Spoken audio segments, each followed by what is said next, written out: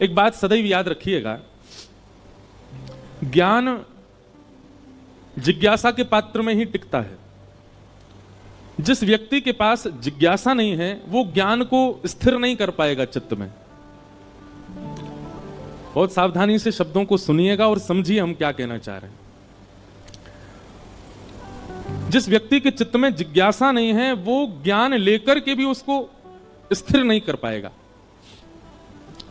ज्ञान पाना एक बात होती है, धन पाना एक बात होती है, ऐश्वर्य पाना एक बात होती है, पर उसको टिका करके रखना, अनवरत अपने पास रखना, यह विशेष बात होती है। जीवन में सब लोगों को कभी ना कभी ज्ञान मिलता है, कभी ना कभी धन भी मिलता है, कभी ना कभी ऐश्वर्य भी मिलता है, कभी ना कभी यश कीर्ति भी मिलती है, कभी ना कभी भक्ति वैराग्य भी मिलता है, पर इन सब भावों को स्थिर रखना यह बहुत मुश्किल है। अनन्यांश चिंतयन्त्यो माम, गीता के इस श्लोक में भगवान कहते हैं जो व्यक्ति मेरा अनन्य भाव से चिंतन करता है, योगक्षेमम वहाम्यहम्। यहां योग और क्षेम, इन दोनों का अर्थ क्या है? हमें जो कुछ भी प्राप्त हुआ है वो हमारा योग है, हमारा पौरुष है, हमारा बल है, हमारे द्वारा की गई प्रयास हैं, वो हमारा योग कहलाएगा। आपने परीक्षाएं दी वो आपका योग है, आपने अध्ययन किया वो आपका योग है, आपने परीक्षा देकर अध्ययन करके खूब परिश्रम करके किसी पदवी को प्राप्त कर लिया, वो आपके योग से प्राप्त हुआ, पर वो पदवी स्थिर आपके पास सदैव रहे उसको क्षेम कहते हैं। योग तो हमको मिल जाता पर क्षेम नहीं मिल पाता। योगक्षेमम वहाम्यहम्, ठाकुर जी कहते हैं जो अनन्य भाव से मेरा चिंतन करता है उसके योग से मिलने वाली उपलब्धि उसको क्षेम करके माने स्थिर करके वहाम्यहम्, मैं वहाम्य करता हूं। कई लोग पूछते हैं आध्यात्म जीवन में आवश्यक क्यों है? स्थिरता के लिए। किसके लिए? स्थिरता। चाहे वो भक्ति में हो, चाहे वो संसार के किसी ज्ञान में हो, चाहे वो ऐश्वर्य में हो, चाहे धन संपत्ति में हो, सब में स्थिरता प्राप्त करना। जब हम लोग कभी अनुष्ठान में बैठते हैं, पता नहीं आप लोग सुनते हैं नहीं ध्यान से, पंडित जी जब संकल्प दिलवाते हैं उसमें भी वो कहते हैं अप्राप्य लक्ष्मी प्राप्त्यर्थम, जो प्राप्त लक्ष्मी नहीं हो पाई है वो भी आपको प्राप्त हो, और प्राप्त लक्ष्मी चिरकाल, क्या बोलते हैं, यहां सब बैठे हैं ब्राह्मण देव, क्या बोलते हैं, हाँ, वो सदा के लिए, चिरकाल के लिए आपकी स्थिर होकर वो लक्ष्मी आपके पास रहे, इसी को कहते हैं क्षेम। आध्यात्मिकता क्यों जरूरी है? ठाकुर जी जब देखते हैं कि व्यक्ति आध्यात्मिक पथ पर चलने लगा है तो फिर उसके जितने भी विधान हैं, उसके जितने भी विचार हैं, उसके पास जितनी भी उपलब्धियां हैं, उनको क्षेम करते हैं ठाकुर जी, स्थिर कर देते हैं, वो सदा रहती है उसके पास।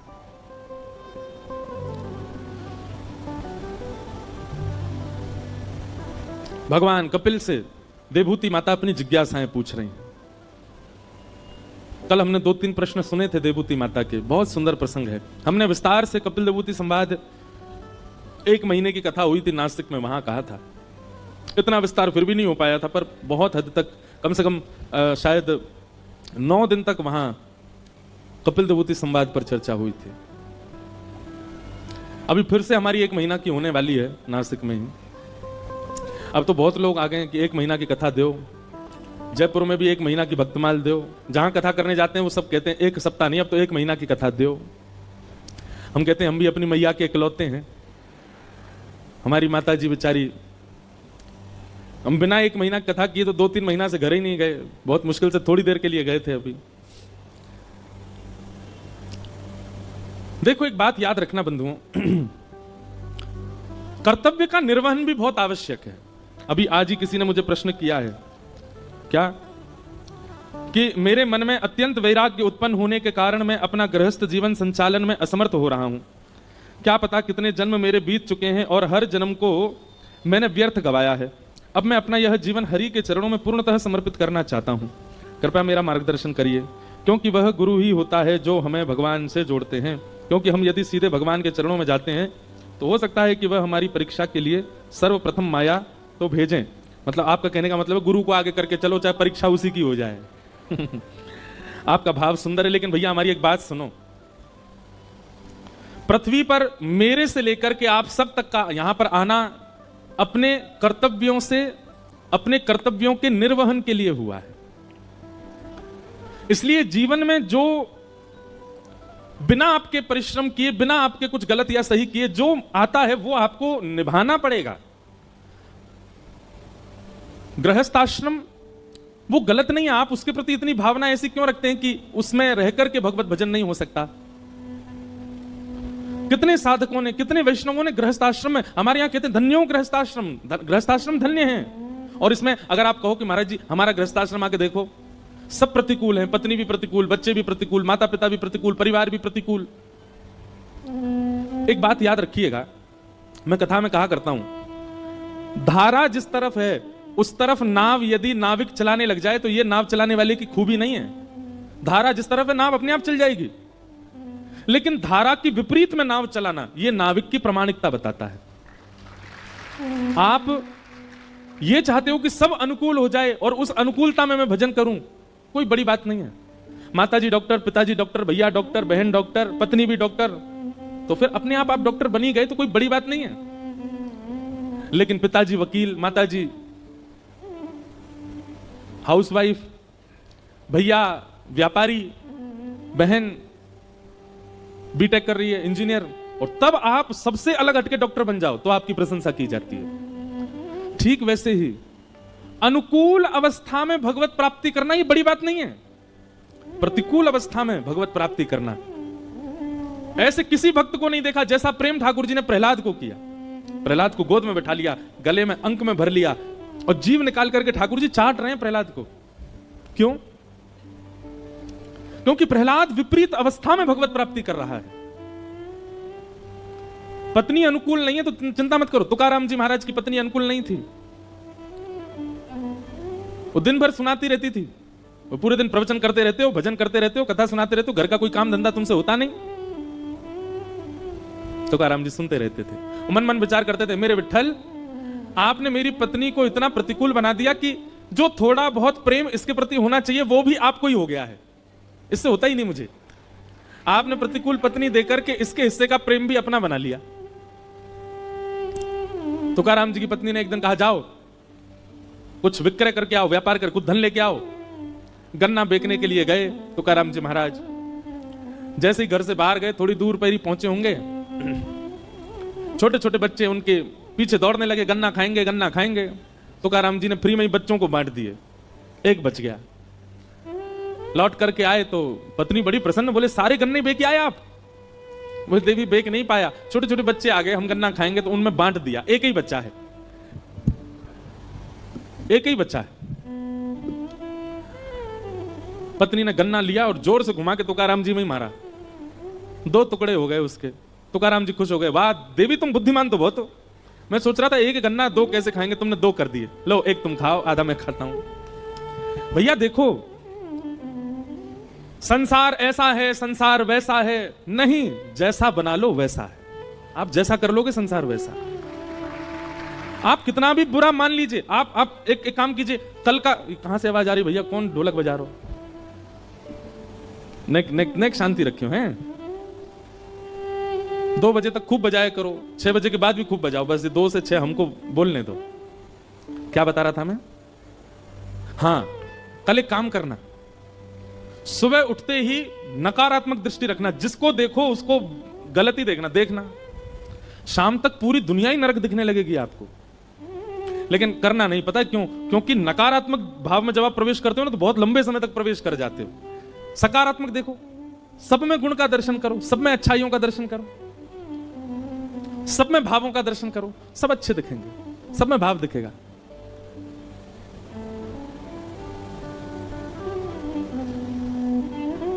महाराज जी को अनुकूल हो तो यहां आगे बैठा दो।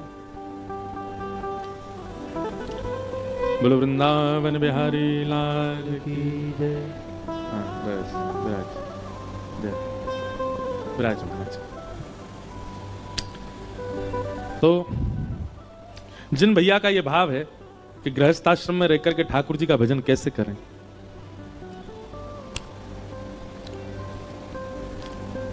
भगवत प्राप्ति करनी होगी ना तो कैसे भी कर लोगे, और नहीं करनी होगी तो विरक्त होकर के भी नहीं कर पाओगे।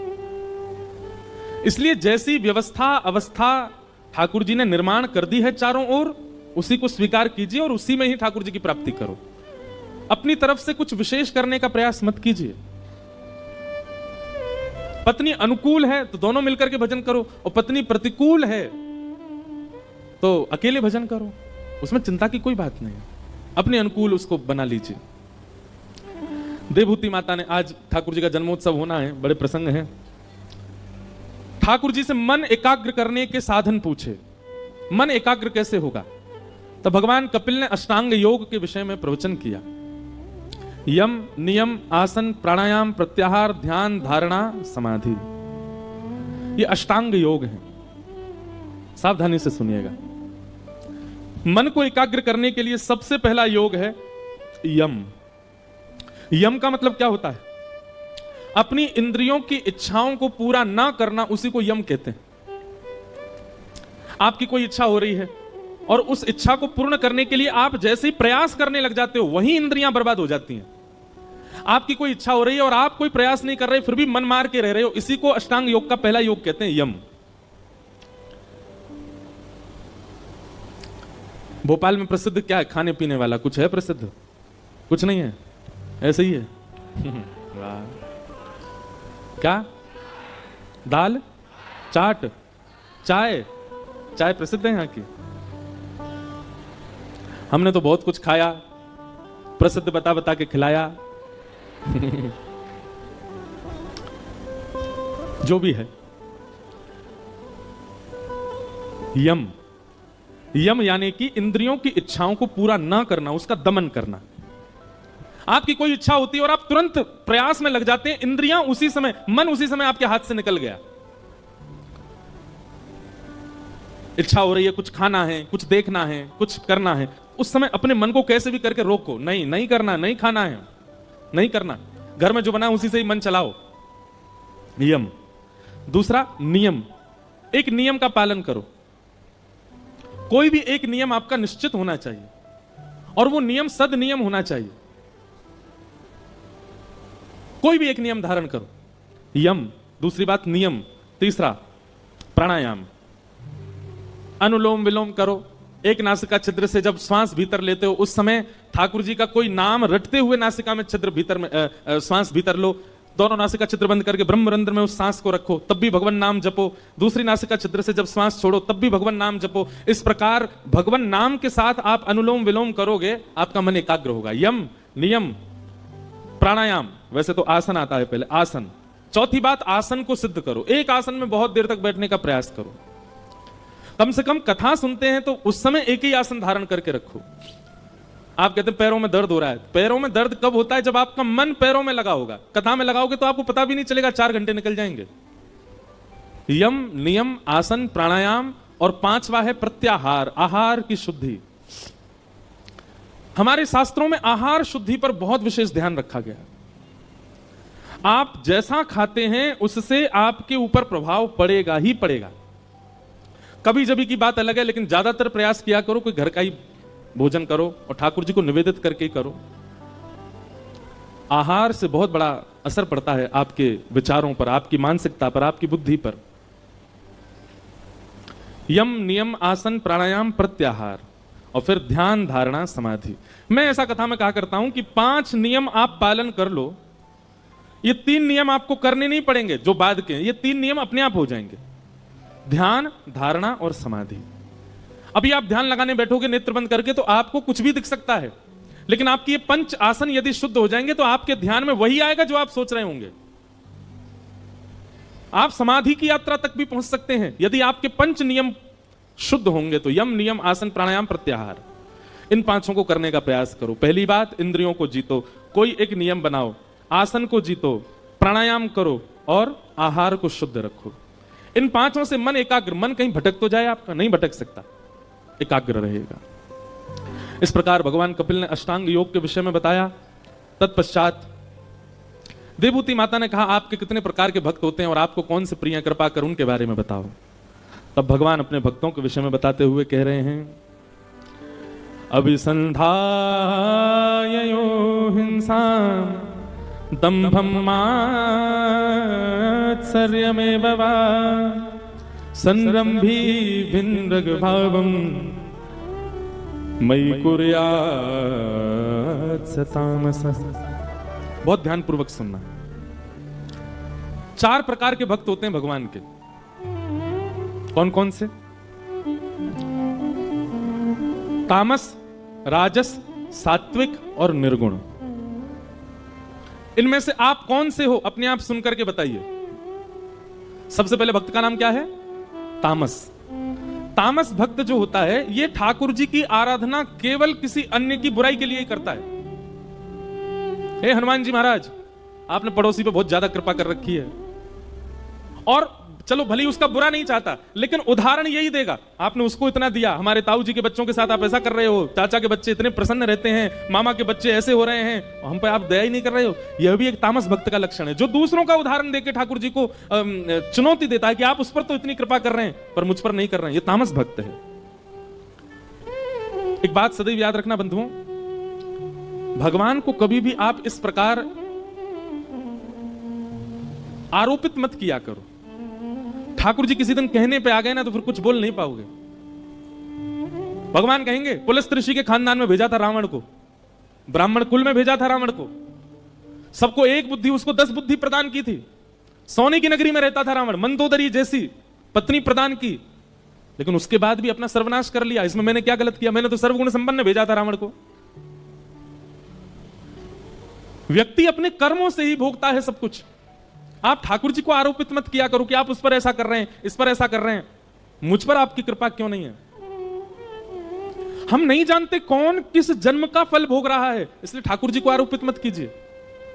अपने जीवन में भी जो आप देख रहे हो वो भी ना जाने किस जन्म का फल आप देख रहे हो, इसलिए जो कुछ भी ठाकुर जी कर रहे हैं सबको स्वीकार करो, नहीं तो आप तामसी भक्त माने जाओगे। और तामसी भक्त के लिए भगवान कहते हैं मुझे प्रिय नहीं है। पहला भक्त तामसी भक्त। दूसरे भक्त का नाम है राजस भक्त। राजस भक्त का लक्षण क्या है? कि विषयान विसंधाय यश ऐश्वर्यमेव वा अर्चादावर्चयद्यो मां पृथक् भावस राजस। विषयान विसंधाय, 50 रुपए की मिठाई के डिब्बे को लेके आएगा मंदिर में, लेकिन बदला में 5 करोड़ मांग करके जाएगा ठाकुर जी से। विषय प्रधान भक्ति करता है, मतलब उसकी भक्ति के पीछे कोई ना कोई कारण है। जैसे कई लोग, आप लोग भी जानते होंगे, वो व्यक्ति आपसे बहुत मिल रहा है, बहुत हंस के, तो आपको कहीं ना कहीं पता चल जाता जरूर इसको कोई काम है तभी आ रहा है मेरे पास में, नहीं तो ये कभी कभी राम राम भी नहीं करता था मुझको, आजकल इतना पूछा है। ठीक वैसे ही जब आप ठाकुर जी के पास जाना विषयों के लिए शुरू करते हैं, पहले तो ठाकुर जी प्रभावित होते हैं, अरे वाह देखो, आओ आज तो इंद्रेश आया है, ओ क्या लेके आया, ओ मिठाई लेके आया, कलाकंद लेके आया है, वाह। तभी ठाकुर जी मन में विचार करते हैं, बोले जरूर कोई काम। बंगाली में एक बात कहते हैं, अति भक्ति चोरे लक्षण। जो बहुत ही ज्यादा हाथ पांव जोड़ता रहता हो, नीचे दुल्लर तिल्लर हुआ जाता हो, समझ जाना चोर है इसके अंदर, जरूर कुछ कोई और कारण है इसकी प्रणाम का। तो भगवान कहते हैं कि राजस भक्त का लक्षण कैसा? वो विषय के लिए ही आता है बस मेरे पास में, उसको वैसे कोई फर्क नहीं पड़ता। हनुमान जी के ऊपर मक्खी बिनबिनाई रही है, हनुमान जी के मंदिर में एसी नहीं चल रहा है, बेचारे पूरे दिन पसीना में बैठे रहे, कोई फर्क नहीं पड़ता, लेकिन अपनी कामनाओं के लिए आ जाता है, सारे हाथ जोड़ देता है, पैर पड़ देता है, बिल्कुल तपस्या करने लग जाता है। उन्होंने ये नियम बताया, ये भी करेंगे, ये नियम बताया, ये भी करेंगे, पर सारे नियमों के पीछे कारण क्या है? विषय। एक भारत में एक जगह है, वहां भीड़ नहीं है ज्यादा, लेकिन बहुत अद्भुत जगह है। उस स्थान का नाम है जागेश्वर। क्या नाम है? जागेश्वर। उत्तराखंड में कमाऊ एक क्षेत्र है, नैनीताल वाला। वहां जब आप ऊपर जाएंगे तो वहां तीन स्थान है महादेव के, जागेश्वर, बागेश्वर और मुक्तेश्वर। जीवन में कभी अवसर मिले तो उन तीनों स्थानों का दर्शन जरूर करना। और तीनों स्थान पता कैसे हैं? मुक्तेश्वर पहाड़ की चोटी पर है, बागेश्वर समतल में है, और जागेश्वर नीचे पाताल में है। और जागेश्वर स्थान जो है ना, यहां पर महामृत्युंजय का जो मंत्र है वो वहीं प्रकट हुआ, जागेश्वर। इसीलिए उनका, वहां के महादेव का नाम है जागनाथ, वहीं से ही महामृत्युंजय प्रकट हुआ। वहां की कथा ऐसी बताते हैं कि जागनाथ उनको इसलिए कहा जाता कि वो नाथ इतने सिद्ध थे, सब लोग ध्यान से सुनना, कि कोई व्यक्ति आके कुछ भी मांग ले सब पूरत कर देते थे।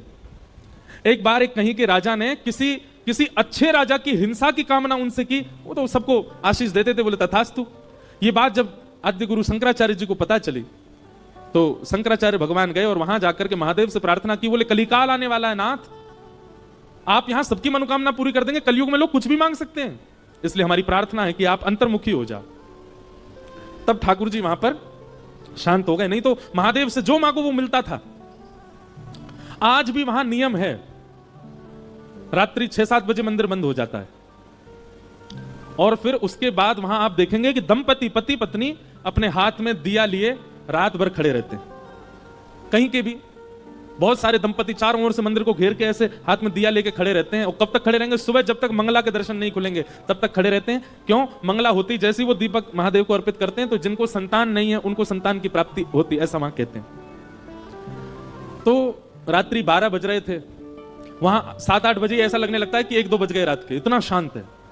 तो रात्रि 12 बजे मैं उठा, खिड़की खोली तो देखा इतने सारे दंपति खड़े थे हाथ में दिया लिए। तब मैंने पूछा तो बोले सुबह जब मंगला होगी तब दिया रखेंगे और इन सबको संतान की प्राप्ति होगी। तब मन में एक बात आई,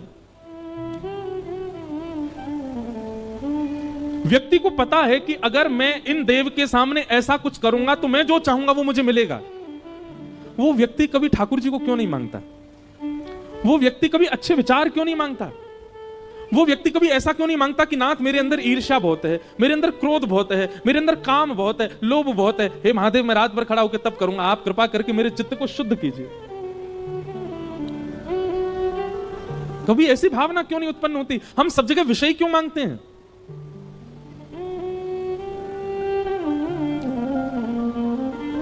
हमारी प्रार्थना है बंधुओं, जहां भी ऐसे स्थान है जहां मनोकामना पूर्ण की जाती है, अगली बार आप जब वहां जाएं, एक बार हमारे कहे से कोई विषय मत मांगो, शुद्ध विचार मांगो, शुद्ध व्यक्तित्व मांगो, हम शुद्ध इंसान बने, ऐसी कोई कामना करो ठाकुर जी से।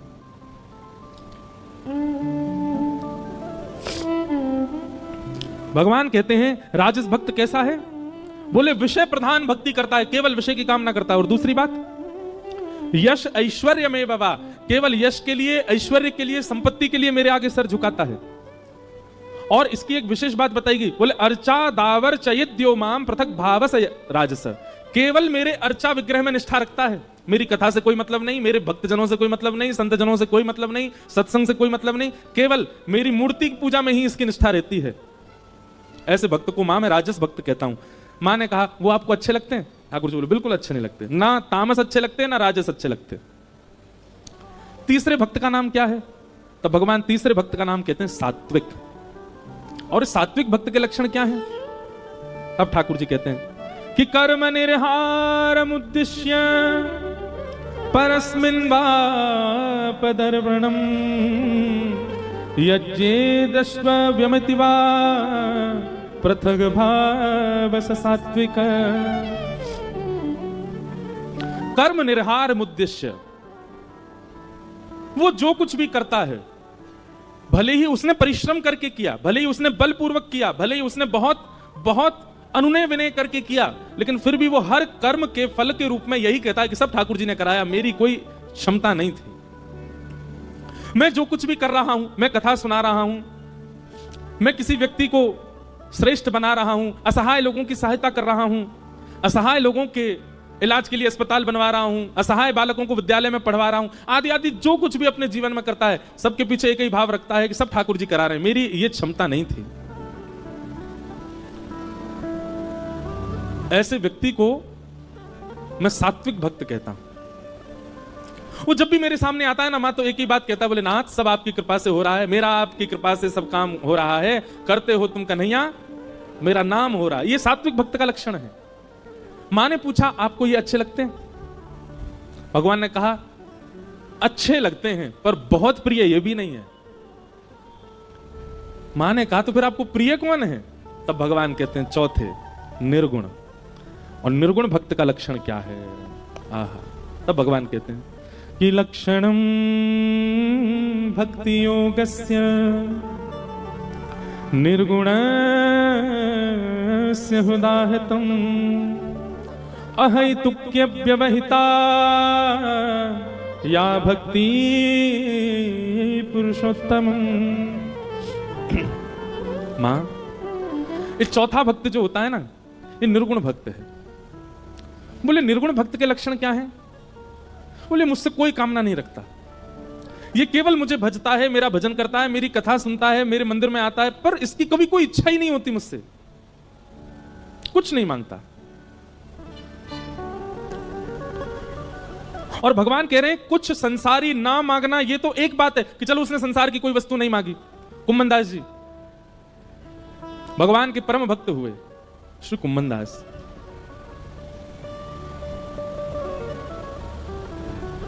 सावधानी से सुनिएगा। कुम्भन दास जी के चरित्र में ऐसी एक कथा आती है कि श्री कुम्भन दास जी बहुत अकिंचन थे। उनके घर में धन संपत्ति नहीं थी। ठाकुर जी साक्षात प्रकट होकर उनकी गोद में बैठ करके खेलते थे।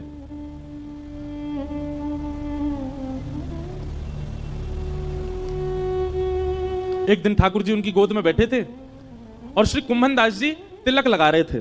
तो कहते हैं कुम्भन दास जी के घर में आरसी भी नहीं थी, शीशा भी नहीं था। कुम्भन दास जी तिलक कैसे लगाते थे? दो उपाय थे कुम्भन दास जी के।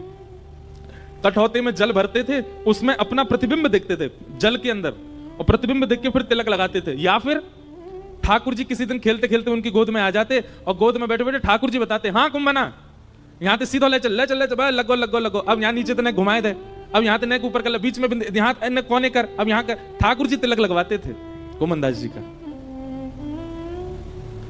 इतने सामीप्य में ठाकुर जी रहते थे। कुम्भन दास जी के चरित्र में आता है कि श्री कुम्भन दास जी जब अपने खेत में हल जोतते थे तो ठाकुर जी ऐसे अपनी पीतांबरी में अनाज आदि जो भी होता था वो लेके स्वयं डालते हुए चलते थे कुम्भन दास जी के साथ।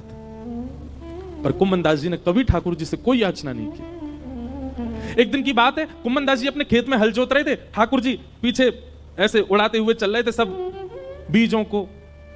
इतने में मंदिर का घंटा बजा और जोर जोर से जैसे घंटे बजने लगे तो कुम्भन दास जी ने तुरंत हल छोड़ा, हाथ धोने लगे, पांव में जल डालने लगे, मुख पहुंचा और तुरंत मंदिर की ओर भागने लगे।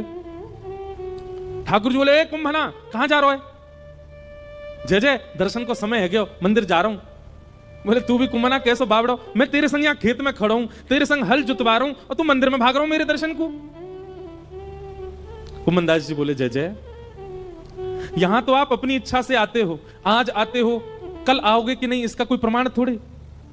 और कल मुझसे कोई अपराध हो गया, परसों मुझसे कोई अपराध हो गया तो क्या पता आप मुझसे मिलना ही बंद कर दो। पर मंदिर में तो आपको आचार्यों ने बैठाया, वहां से आप कहीं नहीं जाओगे, इसलिए मंदिर दर्शन में कभी नहीं छोड़ सकता। क्योंकि आप मेरे प्रेम से भले ही यहां आ जाओ, मंदिर में तो आप सदा विराजोगे, इसलिए मैं तो वहीं दर्शन करूंगा। ठाकुर जी संग रहते थे उनके, लेकिन वो फिर भी मंदिर में जाते थे। कभी ठाकुर जी से याचना नहीं करी कि मेरे परिवार को एक समृद्ध बना दो, मेरे घर पे एक व्यवस्था करवा दो, कभी नहीं। क्योंकि बंधुओं, कल एक व्यक्ति मिलने आए, वो मुझसे बोले कि हम ठाकुर जी से बोल के कुछ नहीं मांगते पर मन में तो चलता रहता है। आपने मना किया कथा में कि ठाकुर जी से कुछ मत मांगो, तो हम बोलते नहीं है पर मन में तो आता है। इसका मतलब कहां है? इसका मतलब यही है कि भक्ति में अभी कहीं चूक हो रही है। वास्तविकता बताएं बंधुओं, भक्ति तीव्र, भक्ति श्रेष्ठ तब जानिए कि ठाकुर जी सामने आए, ठाकुर जी को देखते भूल गए क्या मांगना था, विस्मृति हो गई। अपने गुरु के सामने सोच करके तो बहुत गए थे कि ये पूछेंगे, ये पूछेंगे, ये कहेंगे, पर गुरु के सामने जाते सब विस्मृति हो जाए, समझना आपकी भक्ति प्रबल है। लेकिन बुरा नहीं मानिएगा, जो सोच करके गए वो जाकर के मांग लिया, इसका मतलब आप स्वार्थी थे, आपका प्रेम नहीं है ठाकुर जी से। एक दिन कुम्भन दास जी की गोद में ठाकुर जी बैठे थे, तो कुम्भन दास जी की दाढ़ी से खेल रहे थे ठाकुर जी छोटे से। तो ठाकुर जी ने मन में विचार किया, कुम्भन दास के घर में बड़ी बड़ी दुर्बलता है, मैं कोई राजा के मन को चेताता हूं ताकि वो आधी संपत्ति कुम्भन दास को दे जाए। तो ठाकुर जी एक बड़े बादशाह, एक बड़े राजा के स्वप्न में गए और स्वप्न में जाकर के ठाकुर जी ने आज्ञा कर दी, बोले तेरी मनवांछित इच्छा जो तू चाह रहा है, तेरे महल में ये काम हो जाए, तेरी पत्नी के एक बालक हो जाए, सब पूर्ण हो जाएगा, लेकिन उसके लिए तुझको एक काम करना पड़ेगा। राजा बोला क्या करूं? अपनी इतनी संपत्ति गिरिराज जी लेके जा और श्री गोवर्धन में कुम्भन दास जी हैं उनको जाके भेंट करके आ, संपत्ति भेंट करने से तेरे काम पूरे हो जाएंगे। ठाकुर जी की आज्ञा मान करके वो राजा कुम्भन दास जी के यहां गया और उस समय कुंभन दास जी की गोद में ठाकुर जी बैठे थे, खेल रहे थे कुंभन दास जी के संग। और ठाकुर जी कुंभन दास जी से कह रहे, कुंभना। कुंभन दास जी बोले, हाँ जय जय बोलो।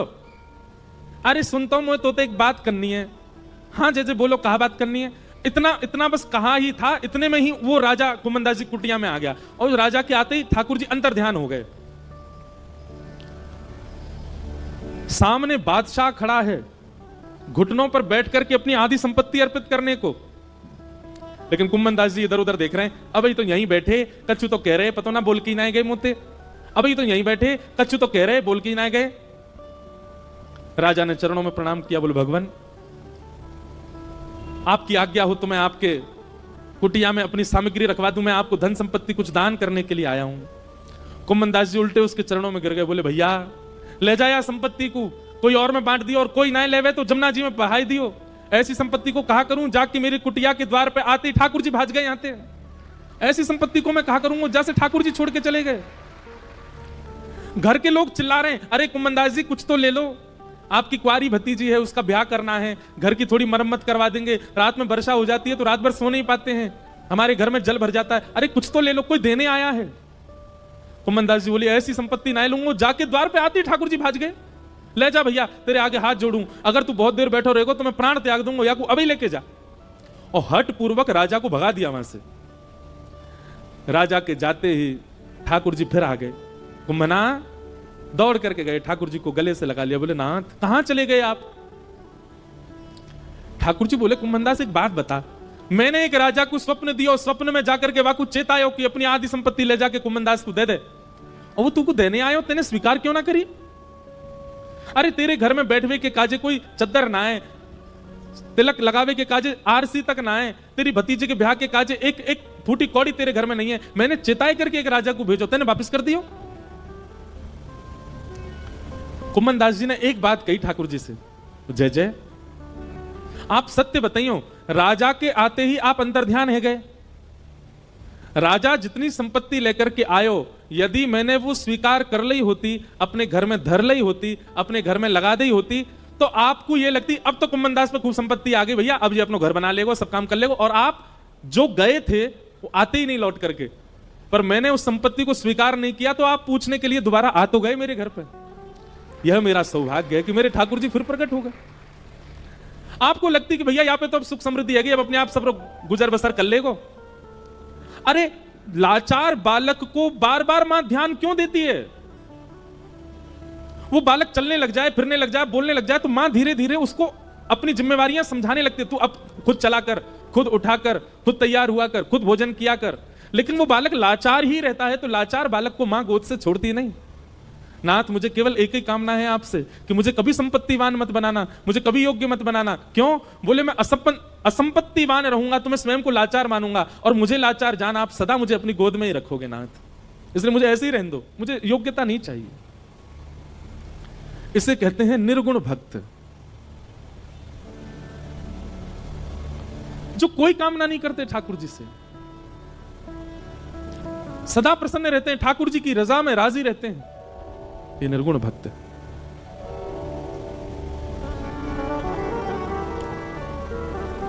और भगवान इतना ही नहीं कह रहे हैं निर्गुण भक्त के लिए, भगवान कह रहे हैं सालोक्य साष्टि सामिप्य सारूप्यैकत्वमप्युतम दीयमानं न गृह्णन्ति बिना मत्सेवनं जना।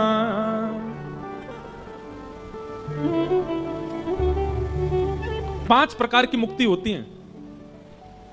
मुक्ति एक नहीं, पांच होती हैं। कौन कौन सी? सालोक्य, साष्टि, सामीप्य, सारूप्य और एकत्वम, ये पांच मुक्ति हैं। बहुत ध्यान से सुनना। पहले तो मुक्ति मिलना ही बहुत कठिन है, और उन मुक्तियों में भी ये पांच श्रेणियां हैं। सबसे पहली श्रेणी का नाम है सालोक्य। बहुत ध्यानपूर्वक सुनो सब लोग, देखो। सालोक्य मुक्ति किसको कहते हैं? भगवान के वैकुंठ लोक की प्राप्ति हो जाना, इसको सालोक्य मुक्ति कहते हैं, लोक की प्राप्ति। दूसरी मुक्ति का नाम है साष्टि। पहली मुक्ति में केवल लोक मिलेगा, ठाकुर जी का सामीप्य मिल पाए ये जरूरी नहीं है, इसलिए दूसरी मुक्ति साष्टि में क्या विशेषता है कि आपको लोक भी मिलेगा और रोज का एक पास भी मिलेगा। क्यों? रोज दर्शन कर सकते हो ठाकुर जी के। पहली मुक्ति में केवल लोक मिलेगा, दर्शन तो कभी 6-7 महीना में कभी हो जाए तो बात अलग है, पर दूसरी साष्टी मुक्ति में आपको नित्य का एक अनुमति मिलेगी कि आप उस अनुमति में एक सभा में बैठ सकते हो जहां ठाकुर जी के दर्शन होंगे। सालोक्य के बाद साष्टी, और फिर तीसरी मुक्ति का नाम है सामीप्य। बोले तीसरी मुक्ति कैसी? बोले दर्शन नहीं, फिर तो सामीप्य मिलेगा। जैसे ठाकुर जी के आसपास कम से कम 100 सेवक रहते हैं, कोई ठाकुर जी को जल पिलाने की सेवा में है, कोई ठाकुर जी के वस्त्र बनाने की सेवा में है, कोई ठाकुर जी का झोला पकड़ के चलने की सेवा में है, कोई ठाकुर जी का रथ चलाने की सेवा में है। उन सेवा में नित्य ठाकुर जी आपके थोड़े समीप रहेंगे, ये सामीप्य मुक्ति। तो सालोक्य, साष्टी, सामीप्य, और फिर चौथी मुक्ति बताइए सारूप्य। सारूप्य मुक्ति कैसी है? बोले ठाकुर जी जैसे ही आप भी चतुर्भुज हो जाओगे, ठाकुर जी जैसा ही रूप मिल जाएगा आपको। और कभी कभी ठाकुर जी को जब किसी से नहीं मिलना होगा तो आपको ही बोल, तू बैठ जा भैया, तू ही ठाकुर जी बन के बैठ जा, सबन को दर्शन दे दे। मतलब एक मित्रता जैसी ठाकुर जी से हो जाएगी, सारूप्य। एक कथा याद आई हमको, ध्यान से सुनना।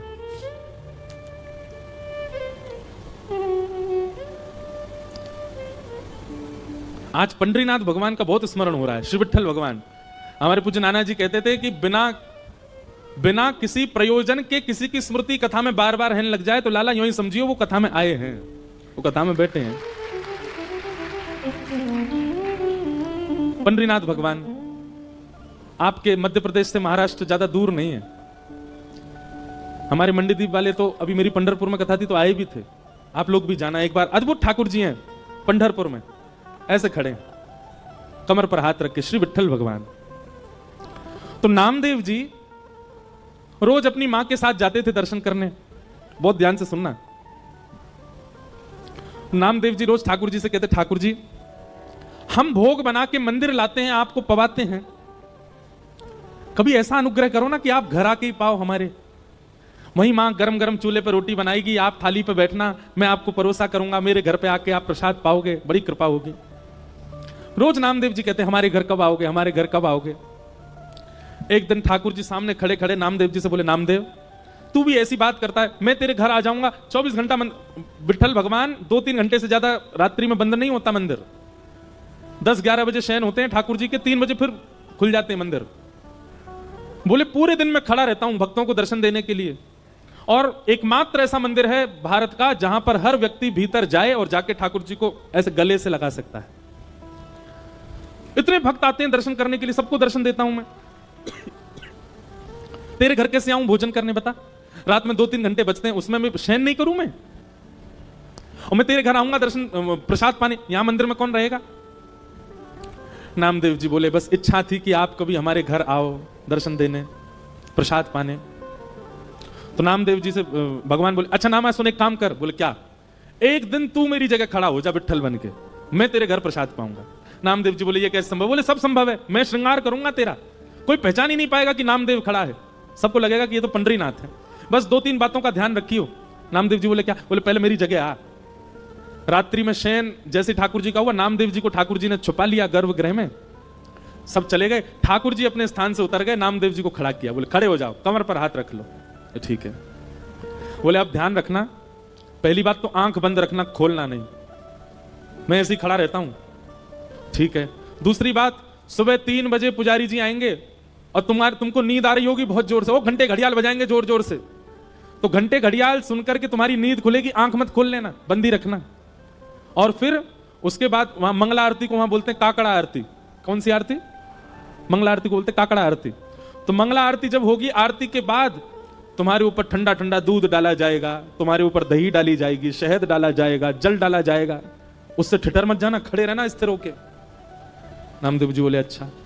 फिर बोले काकड़ा आरती के बाद माखन मिश्री मिश्रित करके तुम्हारे मुख से लगाई जाएगी, उसको खा मत जाना, भूख तो बहुत लगेगी तुमको, मुंह में पानी भी आएगा, उसको लगे रहने देना, चाट मत लेना उसको। कहीं तुमने चाट लिया तो सब समझ जाएंगे नामदेव, खूब पिटाई होगी तुम्हारी। जी भगवान। इतने भक्त आएंगे दर्शन करने के लिए और सब आकर के तुम्हारे पैरों को ऐसे पकड़ करके अपना सिर रखा करेंगे। कोई रोएगा, कोई चिल्लाएगा, कोई अपना दुख बताएगा, कोई अपना दर्द बताएगा। सबकी बातें सुन लेना, पूरी मत करना, क्योंकि एक की पूरी करी तो सबकी करनी पड़ जाएंगी। वो सब विधान कर्म का है, सब अपने कर्म से सब भोग लेंगे, पालेंगे, वो सब मैं कर लूंगा व्यवस्थित, तुम मत कर देना। नामदेव जी तो उतरने लगो, जय जय मत आओ भोजन करने, आप खड़े हो जाओ। ठाकुर जी बोले नहीं अब तो मैं जाऊंगा, अब तू खड़ा रहे यहीं पे। और नामदेव जी को खड़ा करके भगवान ने उनके अंग का स्पर्श किया, बिल्कुल ऐसे खड़े हो गए जैसे विट्ठल भगवान। ठाकुर जी बोले अब खड़ा रहे, मैं जा रहा हूं तेरे घर। और श्री पंडरीनाथ भगवान पीतांबरी पहने, कस्तूरी की अद्भुत सुगंधी आ रही है, कटाक्ष नेत्र मकराकृत कुंडल पहने हैं और छम छम चलते हुए नामदेव के घर पहुंच गए। नामदेव की मैया से बोले मैया भोजन पवाओ। पहले तो बहुत रोई, स्वागत किया, लिपट गई ठाकुर जी से। मैया बोली नामा गया था आपको लेने, वो कहां है? ठाकुर जी बोले वो व्यस्त है, हमारी जगह खड़ा है मंदिर में। मैया जल्दी भोजन पवाओ। और नामदेव जी की माता जी खूब प्रेम से रोटी बना बना के पवा रही हैं। वहां नामदेव जी खड़े चुपचाप और मन में सोच रहे हैं निमंत्रण मैंने दिया था, सुख मां को मिल रहा है पूरा। इतने में ही पुजारी आ गए, घंटे घड़ियाल बजने लगे, जोर जोर की घंटों की आवाज सुन के नामदेव जी घबरा गए, पर तुरंत स्थिर हो गए, हिलना नहीं है। ठाकुर जी कह के गए। कपाट खुले, बोल पंडली कवरदे श्री हरि विठ्ठल ज्ञान देव तुकाराम श्री पंडरीनाथ भगवान की। सब जय जयकार करने लगे। नामदेव जी स्थिर खड़े हैं। अभिषेक हुआ, मुख पे मक्खन लगा दिया, सब काम जो जो ठाकुर जी बता गए सब हुआ। जैसी काकड़ा आरती होने लगी तो पंडरीनाथ भगवान नामदेव जी के घर बैठे थे। घर बैठे बैठे ठाकुर जी के मन में आया मैया चलो नामा से मिलके आते हैं। और एक काली सौल ठाकुर जी ने ओढ़ी, सिर के ऊपर डाल ली, अपना रूप छुपा लिया कि किसी को दिखूं ना। और भक्तों की पंगत में लंबी लाइन में ठाकुर जी खड़े हैं अपने भक्त को देखने के लिए। जैसे ही ठाकुर जी भीतर पहुंचे और अपनी ब्रह्म वेदी पर जब नामदेव को खड़ा हुआ देखा, ठाकुर जी दूर से बलैया लेने लगा। आहा नामा कितना अच्छा लग रहा है, कितना प्यारा लग रहा है मेरा नामा। ठाकुर अब वहां सब गर्भगृह में जाते हैं। जैसे ही ठाकुर जी गर्भगृह में पहुंचे, कंबल उम्बल में ढक के गए थे। नामदेव जी को पता चल गया ठाकुर जी आए हैं। ठाकुर जी मन ही मन नामदेव से बात कर रहे हैं, बोले नौच लूं तुझे? नामदेव कह रहे नहीं नहीं भगवान मैं उछट जाऊंगा, पुजारी पकड़ लेंगे मुझको। ज्यों ज्यों ठाकुर जी पास आए, नामदेव जी कह रहे हैं ठाकुर जी आप प्रणाम मत करना मुझको। ठाकुर जी बोले नहीं आज तो प्रणाम करूंगा, आज तो वंदन करूंगा। और ठाकुर जी जाकर के नामदेव के चरणों से लिपट जाते हैं। नामदेव जी के नेत्रों से अश्रुपात होने लगे। बोले नाथ हम एक कृपा की आकांक्षा करते हैं, आप इतना भंडार क्यों लिटा देते हैं? ठाकुर जी बार बार रोम रोम की बलैया नामदेव की लेते हैं। और तब से लेकर आज तक पंढरपुर में नियम है कि साल के 365 दिन में से एक दिन आज भी ऐसा मान्यता है कि वहां श्री पंडरीनाथ भगवान नहीं होते, वहां नामदेव जी ही खड़े होते हैं। और सुनो बात तो सुनो पूरी, एक दिन वहां नामदेव जी खड़े होते हैं और सब पुजारी और मंदिर प्रशासन के लोग सब दर्शनार्थियों को प्रणाम करते हैं, क्योंकि दर्शनार्थियों के अंदर ही, दर्शनार्थियों के रूप में ही रूप बदल करके पंडरीनाथ दर्शन करने आते हैं नामदेव जी।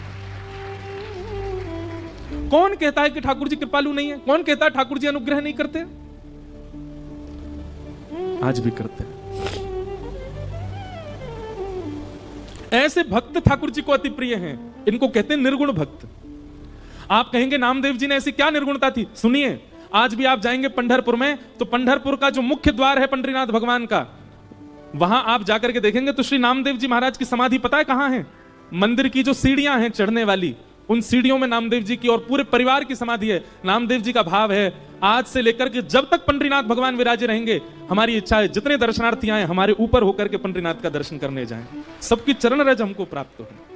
फिर बाद में कुछ राजाओं ने और मंदिर प्रशासन ने उस स्थान को बंद कर दिया, बोले हमको पीड़ा होती है जब नामदेव जी के ऊपर पैर रख करके हम लोग दर्शन करने जाते हैं। पर नामदेव जी आज भी वहां पौड़ी में सीढ़ियों के भीतर नामदेव जी की समाधि है, बैठे हैं ठाकुर जी।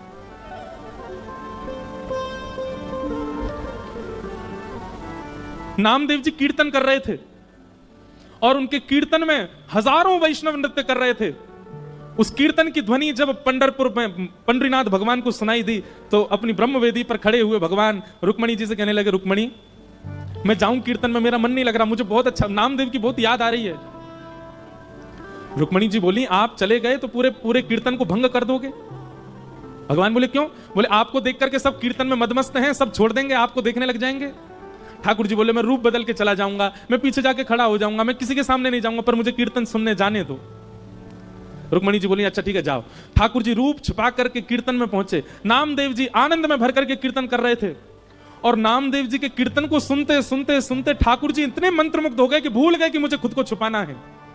वस्त्र हट गए, ठाकुर जी का रूप प्रकट हो गया। सब वैष्णव ठाकुर जी को देखने लगे। ठाकुर जी उछल उछल करके नृत्य करते करते करते करते बीच बीच पंडाल में आ गए और ऐसी जोर से घूम घूम करके नृत्य करने लगे। ठाकुर जी के आभूषण गिरने लगे। अरे कहां तक कहें, पीतांबरी तक उतरने लगी ठाकुर जी की, नामदेव जी का कीर्तन सुन के। इतना प्रेम करते हैं ठाकुर जी अपने वैष्णवों से। ऐसे भक्तों को क्या कहते हैं? निर्गुण भक्त। तो मैं निवेदन कर रहा था, निर्गुण भक्त ठाकुर जी को प्रिय क्यों है? सालोक्य, साष्टी, सामिप्य और चौथी भक्ति का नाम क्या बताया था? सारूप्य। अपना रूप प्रदान कर देते हैं ठाकुर जी। और पांचवी मुक्ति का नाम है एकत्वम। एकत्वम मतलब ठाकुर जी में ही विलीन हो जाते हैं, फिर वो सदा ठाकुर जी में रमे रहते हैं। लेकिन ठाकुर जी कहते हैं, मां मेरे निर्गुण भक्त तो इतने त्यागी होते हैं, इतने इतने इतने प्रेमी होते हैं कि मैं पांचों मुक्ति भी उनके सामने प्रस्तुत करता हूं तो दीयमान न ग्रहणंती, वो पांच मुक्ति भी नहीं मांगते। नहीं चाहिए। तो क्या चाहिए उनको? केवल अपनी अपने अपने अंग वस्त्र को पसार करके मुझसे केवल एक ही बात कहते हैं, क्या?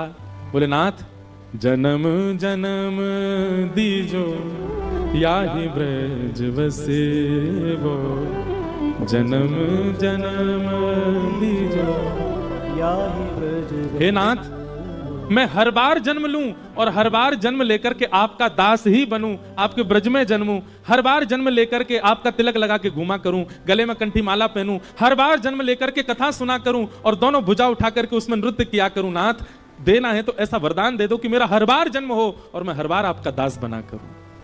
मां, वेद शास्त्र उपनिषद पुराण सब कहते हैं कि पुनर्जन्म ना लेना पड़े, ऐसे कर्म करो, पर मेरे निर्गुण भक्त कहते हैं कि नाथ कृपा करके हमको पुनर्जन्म दे दो और फिर से आपके दास बन जाए, ऐसी कृपा कर दो। आपको भजना हमारी संपत्ति है, आपको याद करना हमारी संपत्ति है, आपकी याद में रोना बिलखना, आपकी कथा सुनना, इसमें हमको बहुत सुख मिलता है नाथ। अरे और किसी की क्या बात, पंचमुखी श्री हनुमान जी महाराज, यह भी निर्गुण भक्त हैं। जब प्रभु श्री राम अपनी लीला पूरी करके जाने लगे, हनुमान जी नहीं गए साकेत। राम जी से बोले, नाथ आपके साकेत में कथा होती है? राम जी बोले, जहां मैं प्रत्यक्ष बैठा हूं वहां मेरी कथा सुनने की क्या आवश्यकता है? हनुमान जी बोले, तो फिर आप जाइए साकेत, अयोध्या वालों को ले जाइए साकेत, अपने भक्तों को ले जाइए, मैं तो पृथ्वी पर ही रहूंगा और यहीं बैठा बैठा आपकी कथा सुना करूंगा। क्यों? हनुमान जी कहते हैं, संयोग में प्रेमी केवल नेत्रों को दिखाई देता है, लेकिन जब प्रेमी का वियोग होता है और प्रेमी की चर्चा सुनने जब हम कथा में जाते हैं तो नाथ रोम रोम को प्रेमी दिखाई देता है। हम तो रोम रोम से आपके होना चाहते हैं, केवल नेत्रों से नहीं। ये जीवन समर्पित चरण में तुम्हारे, निर्गुण भक्त के ये लक्षण है।